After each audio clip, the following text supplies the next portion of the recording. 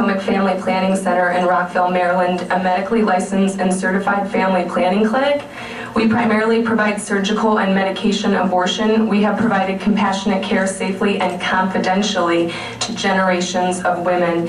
On behalf of the women and families we serve, I am grateful to provide comment before you because we see patients daily who have experienced undue stress from visiting crisis pregnancy centers, CPCs. We know there is a need to clearly specify the difference between services offered at non-medical CPCs and procedures provided by medical family planning clinics.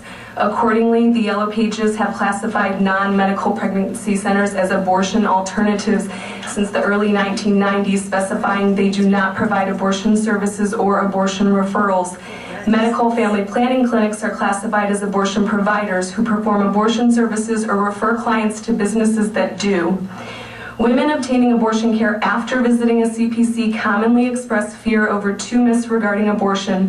1, pregnancy termination causes breast cancer, and 2, pregnancy termination will endanger future childbearing. However, it is my duty to provide our patients with accurate evidence-based information, and according to the MDs at the National Abortion Federation, a panel of experts convened by National Cancer Institute concluded that studies have clearly established that induced abortion is not associated with an increase in breast cancer risk.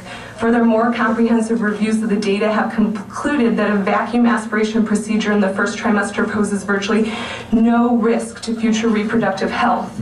In addition, I offer my personal testimony due to witnessing safe abortion procedures for over 4 years, and patients trust me on my word as a healthcare professional. I will alternatively support their decision to not have an abortion because their well-being is my only motivation.